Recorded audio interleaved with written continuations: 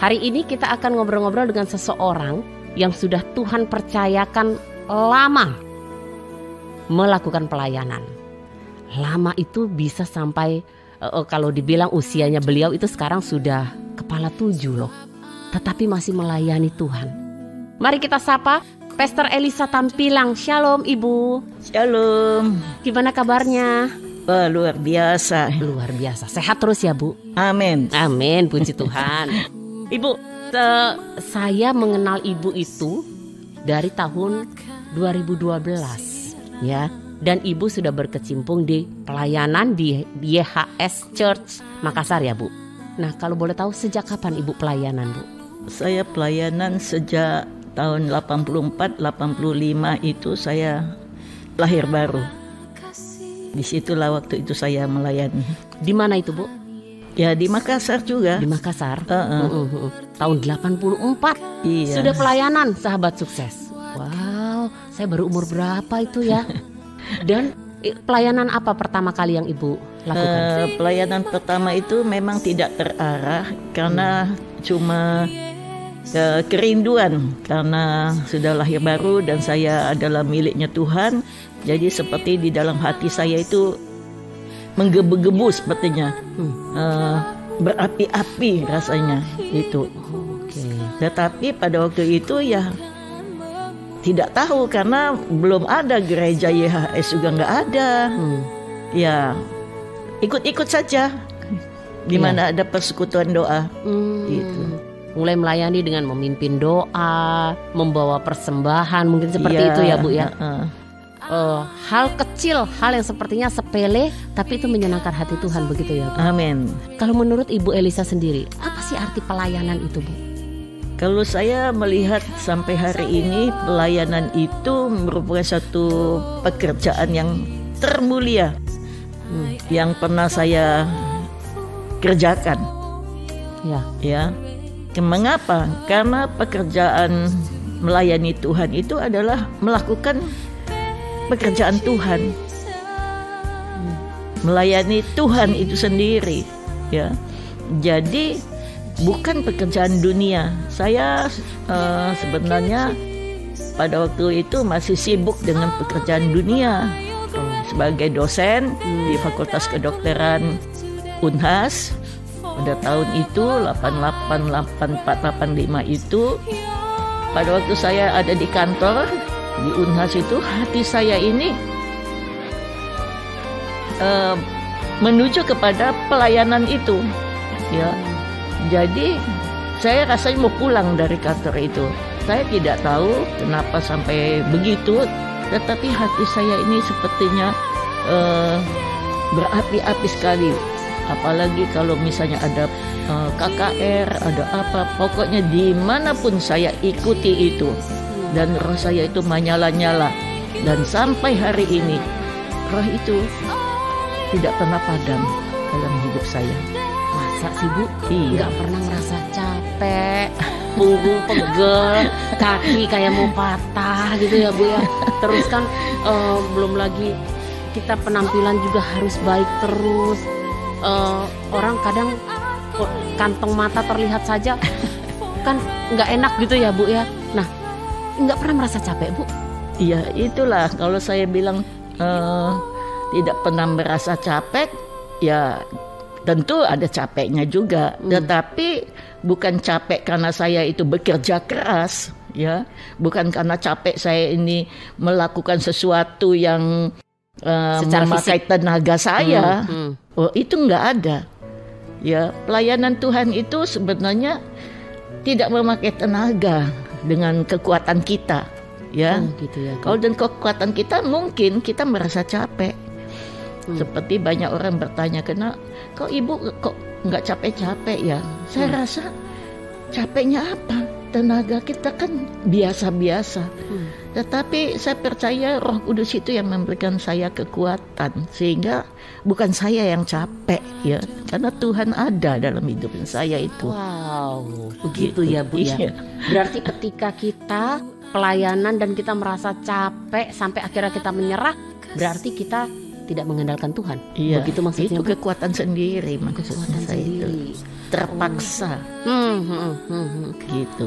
Jadi dengan kita pelayanan dan mengandalkan Tuhan, rasa lelah, rasa capek itu tidak akan muncul. Enggak Begitu muncul gitu. Seandainya itu dirasakan, Bu, ada titik di mana Ibu merasakan lelah dalam pelayanan, kecewa misalnya, atau secara psikis, sudah tidak cocok misalnya, apa yang Ibu lakukan, Bu? Ya kalau saya sih, kalau di dalam hal tidak cocok dengan orang lain, mungkin dengan sesuatu yang harus dilakukan, saya sebenarnya hanya taat saja. Ya, apa dengan pemimpin saya itu juga saya taat saja. Seandainya itu nanti akhirnya tidak sampai terjadi, ya saya diam saja. Yang penting saya utamakan ketaatan itu. Bu, dari tahun 84 Ibu pelayanan sampai hari ini, pasti ada keadaan-keadaan, kondisi yang tidak sejalan dengan pemikiran Ibu, atau bertemu dengan orang-orang yang tidak cocok dengan Ibu. Apa yang Ibu lakukan? Ya pertama saya diam saja. Kemudian saya berpikir, mungkin kecewa, mungkin ada sesuatu yang tidak disukain, ya. Tetapi itu yang membuat saya menjadi lemah sebenarnya, tidak bersemangat lagi. Dan saya berkata kepada jiwaku sendiri, hai jiwaku, bangkitlah. Hai jiwaku, bersukacitalah. Hai jiwaku, bergembiralah. Saya cuma mengatakan kepada hati saya sendiri, dan saya bangkit saja, sehingga tidak akan menguasai kehidupan saya gitu ya. Jadi saya tetap bersemangat. Kalau saya bilang sudah sepertinya, aduh kenapa begini, mulai saya bilang, hai jiwaku, bersemangatlah, layani Tuhan. Jadi bukan orang lain yang sepertinya membangkitkan kita. Kalau kita ketemu dengan seseorang cuman dia bilang, ya nggak apa-apa lah begini, kan cuma satu kali dia ngomong. Tapi kan saya ada di rumah, ada di mana, saya berbicara sendiri kepada Tuhan. Ibu, di usia Ibu yang sekarang, mohon maaf berapa, Bu? 72 bulan depan ini. 72 bulan depan, wow. 72 tahun dan Ibu masih aktif pelayanan. Ya. Saya kalau melihat Ibu Elisa ini sahabat sukses, setiap hari bangunnya pagi, morning devotion selalu ada pagi-pagi ya Bu ya. Saya on di menit ke 5.50 Bu Elisa sudah ada, sudah on di Zoom meeting. Kemudian kalau ibadah, setengah jam sebelum ibadah mulai, Bu Elisa sudah duduk manis di kursi paling depan gereja. Ya, setiap hari juga harus kantor, pulang sampai sore. Sehat terus, bersukacita terus. Ya Bu ya. Bu, di usia Ibu sekarang kan pasti Ibu mengalami banyak sekali mujizat-mujizat, pertolongan-pertolongan Tuhan. Bukan cuma sekali dua kali. Nah, mujizat apa atau pertolongan Tuhan yang mana yang menurut Ibu, wow, ini sangat berkesan dan tidak terlupakan, Bu? Wah, kalau mujizat pertolongan Tuhan itu sebenarnya banyak sekali. Tetapi yang paling terkesan itu adalah pada waktu itu di tahun 2010 itu saya itu ikut tur ke Israel dan rombongan hamba Tuhan dari YHS ini. Nah, disitulah saya itu bisa terjadi jatuh dari onta di Gunung Sinai. Kok bisa itu loh Bu, jatuh dari onta? Orang kesana naik onta jalan-jalan, kemudian foto-foto lah, kok iso jatuh Ibu? Cara duduknya gimana tuh Bu Elisa?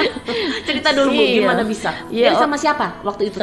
Waktu itu ya rombongan Pastor Yusak, ya ada Pastor Yusak juga? Ada. Pastor Yusak ngelihat Ibu jatuh? Tidak. Pastor Yusak pada waktu itu dia tidur, dia tidak ikut. Oh, tidak ikut. Jadi kami naik onta.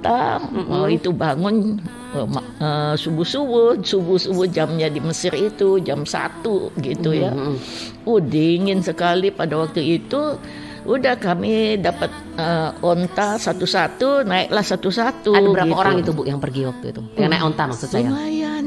Banyak, rombongan lain juga banyak. Oh. Bukan rombongan kita saja, ada rombongan Korea, ada rombongan Jepang. Nah, Berarti kan rentetan tuh onta berbaris tuh, Bu. iya, betul. Lah kok punya Ibu bisa jatuh? Nah, saya juga tidak tahu ya kenapa bisa jatuh gitu. Dan saya nyanyi di atas onta itu. Namanya kan kita rasanya kecut juga ya kalau naik onta satu-satu sendirian tengah malam begitu ya. Jadi Dingin semua pula orang ya, Bu. begitu dingin. Tapi ya saya nyanyi saja. Nyanyi lagu apa Bu? Masih ingat nggak Bu? Nyanyi, ya. Aku percaya Tuhanku. Oke, lagi Gitu. sukacita nih ya kan? Iya, Pengalaman naik onta sukacita. dong. Karena pada waktu itu, waktu mau berangkat tur itu saya bilang, kali ini kita melewati saja Mesir. Saya bilang, kenapa kok orang cerita saya berangkat tur itu ini yang keempat kali. Kenapa kok orang tuh cerita naik onta tuh di mana? Saya bilang saya ini selalu langsung ke Israel toh, Yerusalem itu, tetapi tidak mampir di Mesir. Jadi saya bilang kita mampir Mesir, kita bilang kita naik onta dulu, saya bilang begitu. Akhirnya dibuatlah jalur itu, kita singgah di Mesir dulu sebelum kita masuk Yerusalem. Nah, pada waktu itu saya biasa-biasa aja, tidak ada punya perasaan apa-apa. Karena senang tuh, karena kita mau mencoba itu, ya hati yang penuh dengan sukacita saya ikut ya, persiapan sudah begitu. Udah akhirnya saya satu malam start. Start naik onta itu sendiri. Kemudian di tengah jalan ya tiba-tiba saya kaget, itu tersentak onta itu, mungkin saya nggak ngerti, tersentak gitu, saya terlempar gitu istilahnya. Karena memang onta itu kita tidak ada pegangan, tidak ada apa. Ya, Bu, ya. Jadi saya kaget langsung. Haleluya, saya bilang haleluya. Akhirnya saya sudah tidak sadar di sana. Dulu itu saya jatuh dari onta, pingsan. Ya, pingsan mungkin karena saya sudah tidak tahu di mana ini tuh. Waktu saya sebut haleluya, sudah saya mungkin sudah di bawah itu. Saya bilang Tuhan, ampuni aku Tuhan. Kan biasanya kita kan nomor satu kan ingatin itu toh, ampuni Tuhan. Kemudian ampun Tuhan sebelum berpulang begitu ya Bu ya, kalau memang hal terburuk terjadi ya. Jadi saya bilang, Tuhan tolong Tuhan, anak-anak saya ini di Makassar ini tidak ada yang ini. Saya bilang Tuhan, saya tidak bisa bertemu dengan teman-teman yang lain lagi Tuhan. Udah saya bilang haleluya. Saya bilang, pada waktu saya haleluya itu tiba-tiba saya sadar, loh saya masih ada. Saya bilang puji Tuhan, saya bilang saya masih ada ini.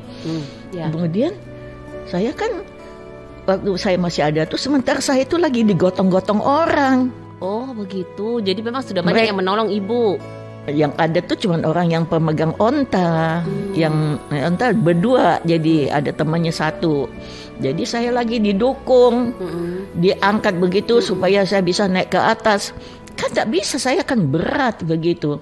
Tiba-tiba Tunggu dulu Bu, naik ke atas mana nih Bu? Loh kan jatuh. Oh jadi seperti ada jurang begitu? Ada lembah gitu. Oh jadi Ibu jatuh ke situ. Iya, jadi jatuh. Ibu harus menanjak. Jadi kan mesti naik toh. Ya. Nah kan tidak mungkin, saya pikir. Kemudian tiba-tiba, nah disitulah saya sangat berkesan sekali. Saya dengar suara Tuhan. Nah itulah yang pertama kali saya dengar suara Tuhan.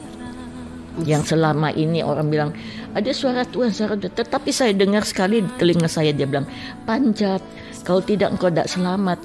Saya diam dulu, saya nggak terpikir begitu kan. Saya pikir tidak ada orang Indonesia di sini. Kok bisa suara Indonesia ngomong dengan saya gitu tuh? Panjat, kalau tidak engkau tidak selamat. 2 kali dia ngomong begitu. Saya sadar. Oh, saya bilang, saya jawab, oh saya harus panjat ya Tuhan. Pada waktu saya bilang saya harus panjat ya Tuhan, tiba-tiba saya itu berdiri. Saya bisa berdiri dan saya tidak tahu apakah Saya rasa saya tidak panjat gitu ya, tapi tiba-tiba saya tuh sudah ada di atas. Jadi sepertinya saya itu jalan di atas tanah gitu. Tuh sudah ada di atas. Atau udah sampai? Dulu waktu dia bilang waktu saya bilang saya harus panjat ya Tuhan. Tiba-tiba saya itu kena strom dari atas kepala. Turun begitu, kena strom gitu ya. Saya merasa itu sampai ke ujung kaki, disitulah saya berdiri. Jadi Roh Kudus itu memenuhi saya. Jadi saya dipenuhi oleh Roh Kudus pada waktu itu, diberikan kekuatan, saya bisa berdiri. Akhirnya saya ada di atas. Pada waktu sudah sampai di atas, saya rebah lagi. Sudah nggak ada lagi. Kekuatan itu hanya untuk ibu memanjat sampai. Waktu sampai di atas saja, saya rebah lagi. Nah, pada waktu itu saya terasa vertigo. Nah, waktu saya vertigo kan, saya goyang kepala sedikit, muter-muter gitu. Waduh, orang di atas sudah ada Ibu Ita, dulu itu kan ada Ibu Febe gitu toh. Waktu itu ikut juga. Jadi pada waktu itu saya vertigo, saya bilang saya nggak bisa jalan, saya nggak bisa apa. Saya minta tandu. Mana ada tandu, orang bilang begini toh. Di sana mana ada tandu. Akhirnya saya didukung lagi, mau didukung gantian, 2 orang itu gantian. Nggak kuat, masih jarak turun kan, jauh kita jauh sekali ya, kita mau turun ke bawah lagi tidak jadi naik. Akhirnya kita turun lagi ke bawah gitu. Akhirnya nggak kuat dia bilang. Kemudian ditaruh lagi saya. Kemudian pada waktu itu saya merasa dingin sekali, udaranya minus berapa saya nggak tahu. Saya bilang saya minta selimut. Mana ada selimut kata. Akhirnya Tuhan, saya bilang saya ini mungkin bukan mati karena jatuh, tetapi saya mati karena kedinginan. Saya bilang ini toh, saya bilang sama Tuhan, saya mati karena kedinginan ini Tuhan, saya bilang. Akhirnya saya karena sudah tidak kuat, tidak ada tandu, saya diikat di atas onta, kaki saya kanan kiri diikat. Kemudian saya duduk begitu kan, pada waktu duduk onta kan kalau jalan kan jegat gitu toh. Dada saya terasa sakit pada waktu gegek. Terasa sakit. Saya bilang ini patah nih, mungkin itu saya bilang ini saya punya iga ini mungkin patah gitu. Karena jatuh itu. Iya. Tapi pada saya mengeluh itu, saya bilang saya mengucap syukur aja, terima kasih Tuhan. Akhirnya saya bisa sampai ke bawah itu dengan onta yang terikat itu. Oke. Jadi sudah jatuh, kemudian kedinginan, kemudian pinggang terasa sakit sekali sampai di ibu puskesmas, dibawa ke puskesmas. Tapi tetap Tuhan kasih kekuatan, gitu ya Bu. Nah, saya memang belum pernah ke Holy Land ya Bu Elisa, tetapi banyak orang cerita kalau kita ke Holy Land itu pasti Tuhan Yesus memberikan pesan secara pribadi untuk kita masing-masing. Ibu dapat pesan apa dari Tuhan Yesus Bu saat ibu ke sana? Nah, pada saat itu saya ini saya bertanya sama Tuhan, kenapa kok Tuhan aku kok harus mengalami tidak punya tanda-tanda begitu kan? Sepertinya Tuhan itu memberikan kesempatan saya untuk mengalami hal ini, pasti ada suatu. Akhirnya Tuhan menjawab, engkau alami Tuhan. Di situ aku dapat.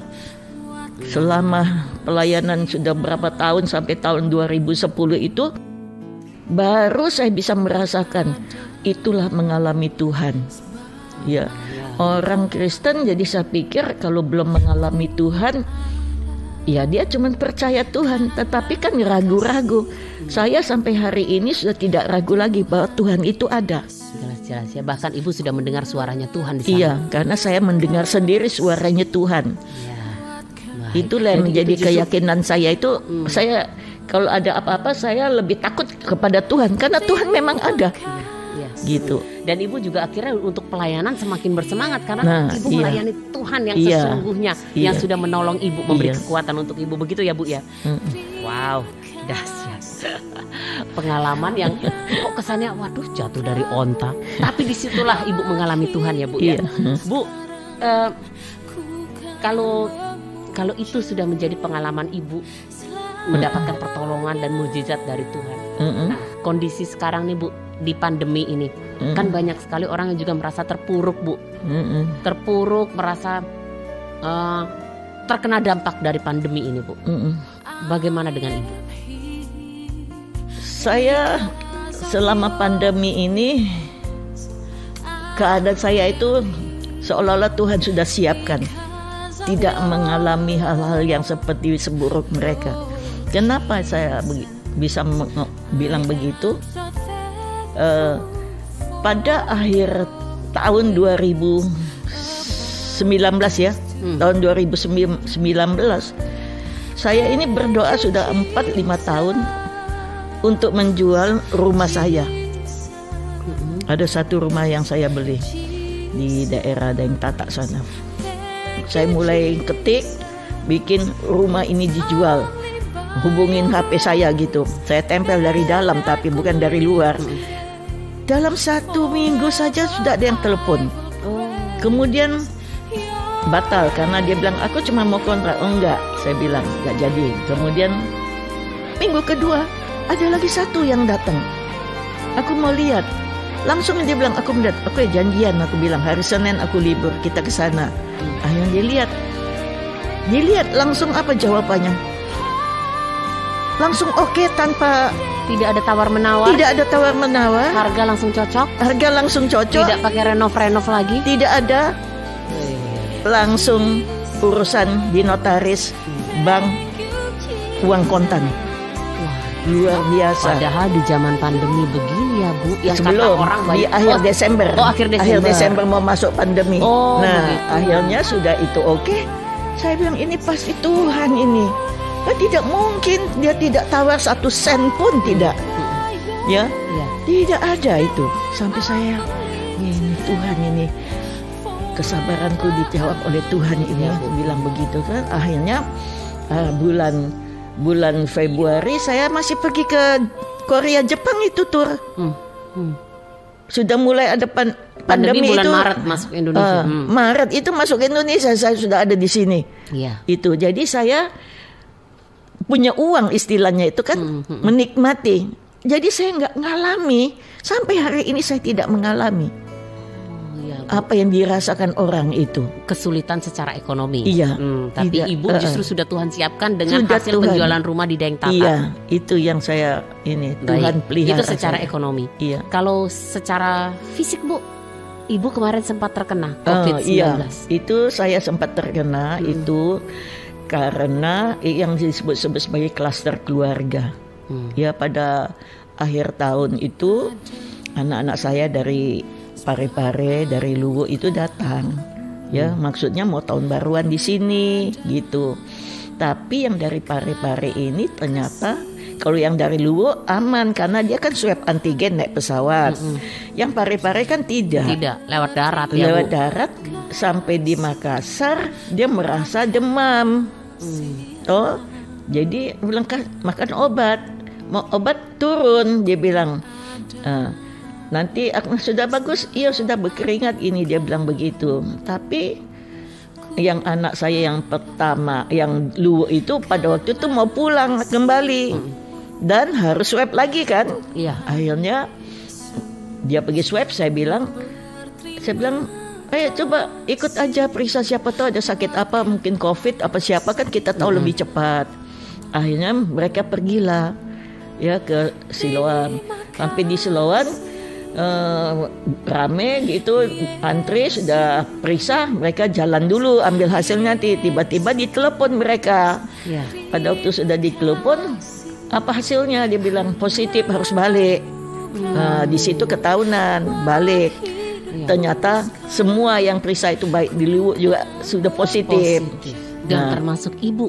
Nah itu belum. Ibu belum Jadi tes. saya itu belum tes karena saya berpikir. Saya cuma berpikir Tuhan itu baik, dia berikan aku hikmat. Aduh, ini aku serumah dengan orang swab antigen positif. Saya pikir ya, ini mau diapain ini? Yang di rumah ini masih 6 orang lagi. Ya, sama cucu aku tuh. Saya pikir-pikir ini mau diapain ini ya? Saya nggak mau tunggu terlalu lama ini kan. Saya harus tahu ini saya positif atau tidak. Saya bilang begitu kan. Akhirnya saya periksa. Saya bawa semua periksa. 1 hari itu setahunan semua kita satu rumah positif. Wow. Nah, di situ saya sampai kaget. Tunggu dulu, ini kan dalam rangka Natal ya Bu, kesini Bu ya. Jadi masih ke gereja Bu? Sudah lewat. Sudah lewat Itu karena yang 2 itu tidak pergi gara-gara dia sakit. Demam. Gitu toh. Jadi sudah akhirnya saya periksa positif. Saya sudah puji Tuhan, ini saya pikir ya ketahunannya cepat, saya bilang. Akhirnya saya atur, saya tanya obat apa biasa yang dipakai di Siloam itu kan sama dokternya, saya tanya begini, saya catat, saya belikan.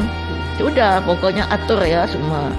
Nah pada waktu sudah atur semua, besoknya itu saya berpikir sepertinya Tuhan itu menuntun saya untuk masuk rumah sakit. Kalau saya ada apa-apa, siapa yang menolong saya? Masa orang yang terpapar mau tolong saya, kan tak mungkin, saya pikir ya. Saya harus ada orang yang sudah siap menolong saya. Ya paling di rumah sakit ada dokternya, ada apanya, saya pikir begitu ya. Akhirnya saya menelepon ke rumah sakit. Akhirnya di sana memang terhambat. Kelihatannya katanya tidak ada gejala lah, katanya tidak ada kamar. Dia langsung aja bilang tidak ada kamar gitu kan. Akhirnya saya hubungin lagi itu dokter, dan ternyata dokter, saya bilang saya sudah hubungan sama dokter ini. Wah ternyata mungkin dokter itu punya pengaruh ya. Akhirnya dia oh iya tunggu dulu kalau begitu. Nah, akhirnya saya dapat kamar gitu. Itu ceritanya. Jadi sampai akhirnya Ibu disembuhkan di situ ya Bu ya. Tidak sempat sesak nafas dan lain-lain. Ya, baik Bu.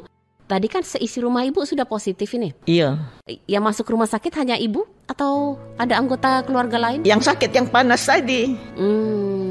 Dia masuk karena dia punya asuransi kan. Jadi dia masuk gitu juga, diurus orang juga, itu pun diurus.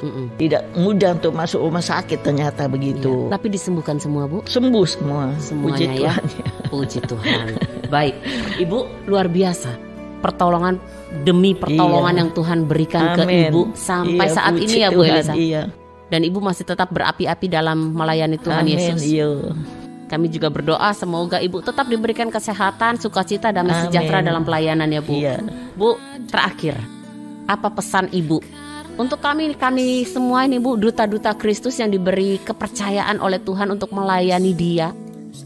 Berikan apa ya Bu ya? Kata-kata motivasi Bu untuk kami mungkin. Ya cuman saya pesan kepada generasi yang muda-muda ini, untuk pelayanan itu memang sebenarnya adalah panggilan. Ya, adalah satu panggilan. Jadi kalau kita menjadi satu panggilan, kita mau lari kemanapun, tetap kita punya hati itu untuk melayani.